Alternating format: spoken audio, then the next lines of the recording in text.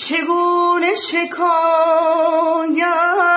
نکنم از دوری یار،